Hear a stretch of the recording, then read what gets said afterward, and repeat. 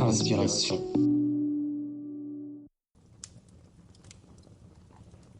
Lire ne sert à rien. Vraiment, lire ne sert à rien. Ça sert à que dalle. Alors je sais, ça fait des mois qu'on vous encourage à lire, mais en fait on a changé d'avis. On est revenu un peu à la raison, on a pris du recul et nous nous sommes dit qu'en fait tout cela c'était du temps complètement perdu. On va essayer d'être un peu concret. Lire, ça prend du temps. C'est chiant, ça nous fait chier, au moindre bouquin qu'on ouvre on est sur le point de s'endormir. Ça bouge pas, il n'y a pas d'image, il n'y a pas d'effet, il n'y a pas de transition, il n'y a pas de son, il n'y a pas d'action comme pour des séries par exemple. Et concrètement, si moi j'ai envie d'apprendre quelque chose, maintenant j'ai juste à regarder une vidéo sur YouTube ou aller sur TikTok, sur Insta. Là au moins c'est rapide, on met pas 100 ans avec des circonvolutions juste pour avoir la réponse à la question que l'on se pose. Surtout qu'aujourd'hui, on est dans un flux d'informations qui est constant, qui est permanent, on est dans ce que l'on appelle l'économie de l'attention. Donc si ça ne va pas vite, si ça ne va pas à l'essentiel, hop, je scrolle, je passe à autre chose pour avoir ma dose de dopamine, et là je suis heureux.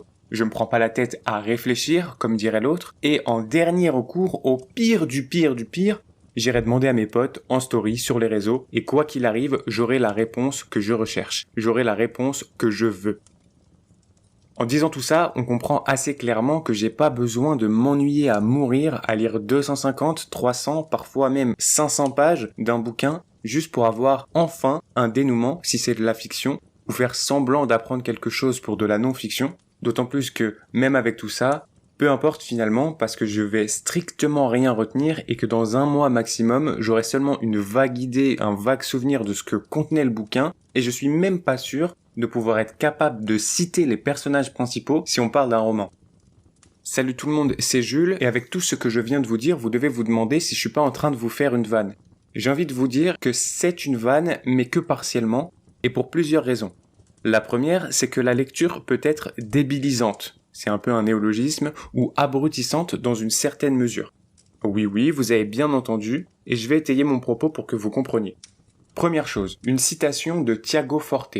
Tiago Forte, c'est qui ? C'est un spécialiste de la gestion des connaissances personnelles. Tiago Forte, il a développé un système de prise de notes assez ultime qui lui permet de se rappeler grosso modo de tout ce qu'il a vu, lu ou entendu, et il appelait ça Second Brain ou un second cerveau. Dans son livre Building a Second Brain, donc construire un second cerveau, sous-entendu numérique, dans les toutes premières pages de l'introduction, Tiago Forte nous dit, et je vais vous faire une traduction un peu maison, nous passons un temps incalculable d'heures à lire, écouter ou regarder les opinions des autres à propos de ce que nous devrions faire, comment nous devrions penser et vivre, mais en comparaison, nous passons un temps extrêmement limité à appliquer ces connaissances et les faire nôtres, nous les approprier. Avec cette citation, vous comprenez immédiatement le propos de Tiago Forte, qui considère, comme il le dit finalement, que nous devenons en quelque sorte des étagères où s'empilent un tas de connaissances qui ne mènent nulle part et qui deviennent poussiéreuses. Tout cela est relativement explicite, mais la réflexion précédente, elle est quand même relativement large, et voire très large, donc je vais faire un zoom spécifique sur la lecture. Et pour cela, je vais invoquer un Pokémon un petit peu plus rare, roulement de tambour, j'ai nommé Arthur Schopenhauer, s'il vous plaît mesdames et messieurs, un philosophe allemand décédé en 1860. Schopenhauer, il a écrit un certain nombre de choses, il a réfléchi à un certain nombre de sujets, et il est notamment connu pour L'art d'avoir toujours raison, qui est un petit essai sur les stratégies rhétoriques pour gagner de manière fallacieuse un débat, mais il a aussi écrit sur tout un tas d'autres sujets, et il a écrit notamment un petit essai qui s'appelle La lecture et les livres, où il nous dit, je cite, « Quand nous lisons, un autre pense pour nous. Nous répétons simplement son processus mental. C'est de la même manière que l'enfant qui apprend à écrire suit avec la plume les traits indiqués au crayon par le maître. Donc, quand nous lisons, le travail de la pensée nous est épargné pour la plus grande partie. De là, notre soulagement sensible quand, après avoir été occupés par nos propres pensées, nous passons à la lecture. Mais, pendant que nous lisons, notre tête n'est à vrai dire que le champ clos de pensées étrangères. Il advient de là que celui qui lit beaucoup et presque toute la journée, mais qui se livre dans l'intervalle à des passe-temps exclusifs de toute réflexion, perd peu à peu la faculté de penser par lui-même, comme un homme qui est toujours à cheval, finit par désapprendre la marche. Or, tel est le cas d'un très grand nombre d'hommes instruits. Ils ont lu jusqu'à s'abêtir. Une lecture constante, immédiatement reprise à chaque moment de liberté, paralyse en effet plus encore l'esprit qu'un travail manuel incessant. Celui-ci, au moins, permet de se livrer à ses propres pensées. De même qu'un ressort finit par perdre son élasticité par suite de la pression continuelle d'un corps étranger, ainsi l'esprit perd la sienne par suite de l'imposition constante de pensées étrangères. Et il va même plus loin en nous disant également: en conséquence, par rapport à notre sujet, l'art de ne pas lire est des plus importants. Il consiste à ne pas prendre en main ce qui de tout temps occupe le grand public, comme par exemple les pamphlets politiques ou religieux, les romans, les poésies, etc., qui font du bruit, qui ont peut-être même plusieurs éditions dans leurs premières et dernières années d'existence. Rappelez-vous plutôt, en cette occasion, que celui qui écrit pour des fous trouve de tout temps un public étendu, et le temps toujours strictement mesuré qui est destiné à la lecture. Accordez-le exclusivement aux œuvres des grands esprits, de toutes les époques et de tous les pays, que la voix de la renommée désigne comme telle et qui s'élève au-dessus du restant de l'humanité. Seule la forme et instruisent réellement. Il nous dit enfin un peu plus loin: des vues, chacun en a, mais quelque chose qui ressemble à un système d'idées, bien peu de gens en possèdent. Aussi ne prennent-ils à rien un intérêt objectif, et voilà pourquoi il ne leur reste rien de leur lecture. Ils ne retiennent rien. Ces citations vous font ainsi comprendre un peu ma première remarque, sur l'aspect, je disais, débilisant et un peu abrutissant de la lecture. Plus largement, essayez de le constater autour de vous. Peut-être avez-vous dans votre entourage un féru de lecture. En somme, un petit rat de bibliothèque qui se trouva fort dépourvu quand la réalité fut venue.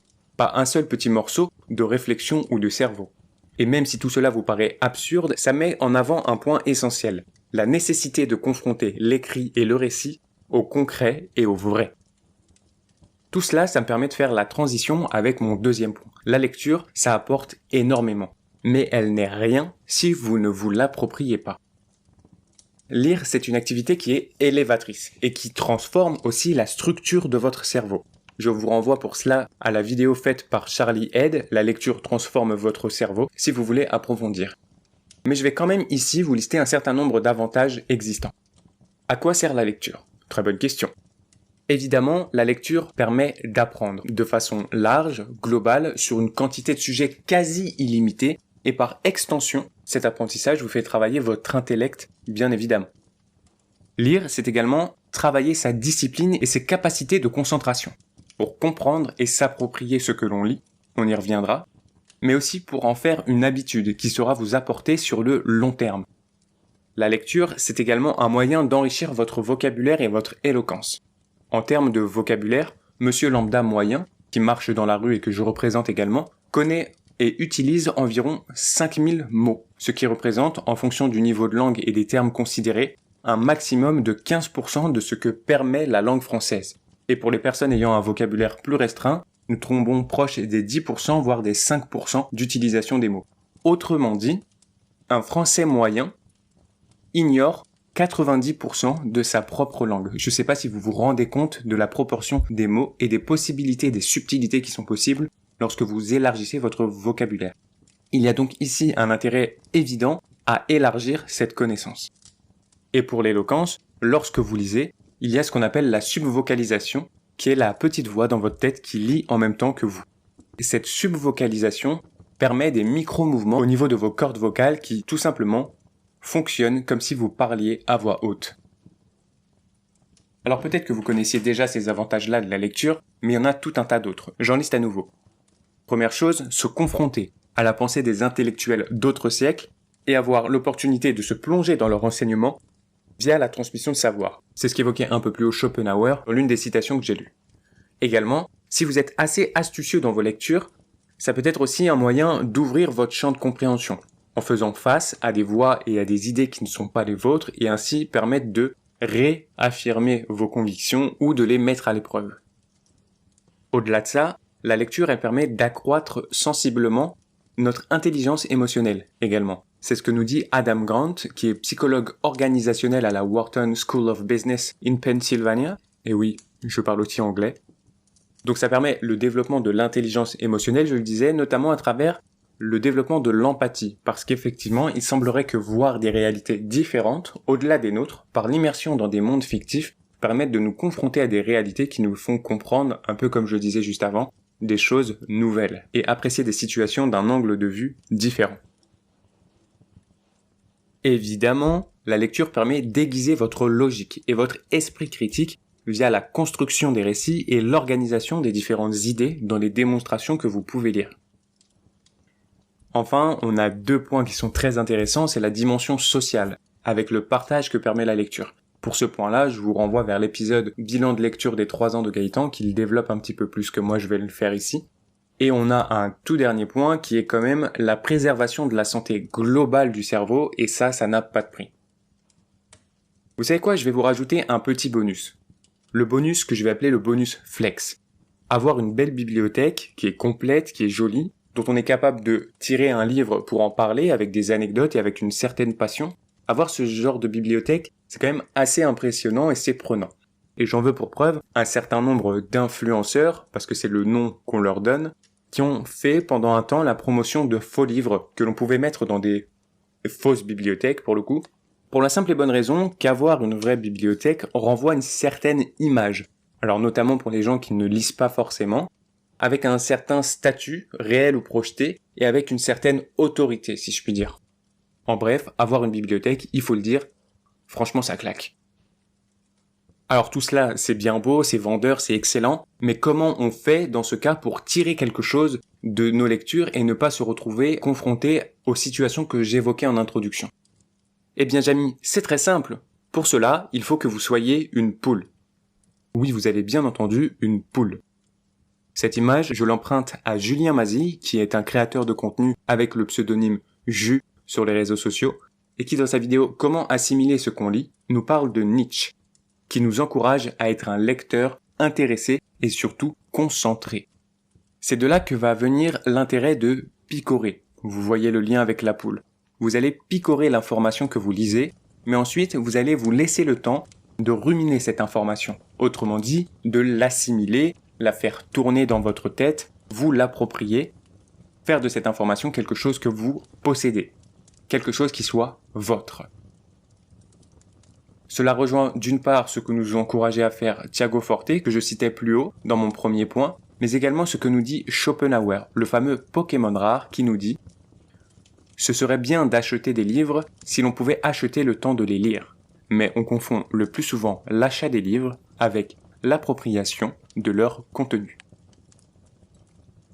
Je pense que vous avez bien compris ici l'enjeu qu'il y a d'avoir une réflexion sur vos lectures. Une réflexion sur vos lectures, mais également l'application des enseignements que vous en retirez. Et la citation que je viens d'évoquer est finalement une transition parfaite pour mon dernier point. Le temps. Alors effectivement, je sais bien, je vous parle toujours du temps, je vous en parle très souvent, mais vous allez comprendre où je vais en venir. Selon le magazine The Economist, pour une personne moyenne qui aurait commencé la lecture vers l'âge de 7 ans, avec une espérance de vie qui serait dans la norme, le nombre de livres lus total sur l'ensemble d'une vie serait de l'ordre de 770. Je répète le chiffre, 770. Alors évidemment, ce chiffre, il vaut ce qu'il vaut, avec les éventuels biais méthodologiques que ça peut avoir, mais ça nous donne quand même un ordre de grandeur. Alors, ce chiffre seul, il veut pas dire grand-chose. Pour vous donner un comparatif, en ordre de grandeur toujours, le nombre de nouveautés qui sortent sur le marché littéraire rien qu'en France et par an, il oscille entre 40 000 et 60 000. Donc on a une moyenne de 50 000 nouveaux titres par an en France sur le marché du livre. Autrement dit, si je reprends le chiffre des 770, sur une vie, le lecteur moyen ne lit même pas 2% des titres qui sortent par an en France. Je ne sais pas si vous vous rendez compte. Les chiffres, c'est bien beau, mais où est-ce que je veux en venir? Je veux en venir au temps. Le temps est compté, le temps est essentiel. Il existe une citation que vous avez peut-être déjà vue passer et qui est attribuée au musicien Frank Zappa, qui dit « So many books, so little time », que l'on pourrait traduire « tant de livres », sous-entendu à lire, mais si peu de temps, sous-entendu pour le faire. Le temps est donc essentiel et il amène la question du choix des lectures que vous faites. Je n'ai pas l'intention de vous faire un classement par type de littérature en disant qu'il vaut mieux lire X ou Y et surtout bannir Z. Ça n'aurait selon moi pas totalement de sens dans le cadre des messages que j'essaie de vous faire passer ici. Ce sera peut-être même contre-productif, même si dans l'absolu, tous les livres ne se valent pas et tout le monde n'est pas fait pour écrire des livres, et encore heureux. Par contre, ce que je souhaiterais vous faire comprendre, c'est la nécessité que vous avez à sélectionner vos lectures. Sélectionner vos lectures en fonction de vos objectifs, de vos appétences, de vos envies aussi bien sûr, et l'absolue non-obligation que vous avez à finir un livre qui ne vous plaît pas ou qui ne vous parle pas. Attention, petite nuance, ça n'est pas parce que vous n'êtes pas d'accord avec un auteur que le livre ne vous convient pas, entendons-nous bien. Mais si, à titre d'exemple, votre objectif c'est le divertissement, et que la plume de l'auteur vous horripile, que l'intrigue vous fait entrer en crise de narcolepsie, n'ayez absolument aucune pitié à abandonner cette lecture qui ne vous convient pas à l'instant T, et surtout, passez à autre chose. 770 livres, c'est relativement peu, il y aura des erreurs de parcours, c'est certain, mais 770 livres, ça veut dire aussi qu'il n'y a pas de temps à perdre. Alors soyez intelligent dans les choix que vous faites et essayez de faire en sorte que ces choix vous correspondent. Finalement, est-ce que lire ne sert à rien? Évidemment, le propos est volontairement provocateur, mais en conclusion, ce qu'il faut retenir, c'est que la lecture est utile si et seulement si elle a un apport, de préférence positif, à un quelconque niveau dans votre vie. La lecture est utile si vous prenez du recul, si vous réfléchissez sur ce que vous lisez, si vous appliquez ce que vous apprenez, si vous ressentez des émotions lors de la lecture de romans par exemple, et surtout si vous avez une utilisation intelligente de la lecture comme étant un outil du quotidien, d'apprentissage, d'évasion, d'élévation. Autrement, la lecture seule ne sert strictement à rien. Et j'irai même un tout petit peu plus loin ici, je vous encourage évidemment à lire si ça n'est pas déjà le cas, tout en sachant que ça n'empêche absolument en aucun cas une utilisation raisonnée de tous les autres médiums que j'ai pu citer en introduction. Et d'ailleurs, si vous avez été suffisamment attentif, j'ai moi-même dans cet épisode cité 2 vidéos de créateurs de contenu. L'un, la lecture, n'est pas exclusif de l'autre, le reste des médias. La seule chose à garder en tête, c'est d'avoir une approche réfléchie, rationnelle, équilibrée de ces outils autres que sont la vidéo, les réseaux sociaux, afin de ne pas vous laisser absorber l'âme dans un trou sans fond, celui des algorithmes, et finir par vous dire que, finalement, lire, ça ne sert à rien, vraiment, ça ne sert à que dalle. Mais dites-moi plutôt, êtes-vous un lecteur et avez-vous constaté d'autres bénéfices, d'autres avantages que vous apporte la lecture? Dites-moi plutôt quel genre, quel style vous préférez lire. Dites-moi plutôt quelle est votre lecture du moment. J'espère que cet épisode vous aura plu. Moi, j'ai aimé l'écrire et l'enregistrer parce que l'approche à avoir de la lecture, c'est un sujet dont je souhaitais vous parler. Si vous l'avez trouvé intéressant, pertinent, surprenant, partagez cet épisode avec vos proches et faites-leur découvrir le podcast pour avoir enfin des discussions qui sont passionnantes. C'est comme ça que la propagande de la lecture vaincra. Autrement, pensez à vous abonner bien sûr pour ne louper aucun des prochains épisodes et mettez-nous les 5 étoiles sur les différentes plateformes d'écoute pour soutenir notre travail. Vous pouvez aussi nous rejoindre sur Instagram, inspiration avec un s.podcast. Et on se dit bien entendu à très vite pour un nouvel épisode d'Inspiration. Inspiration.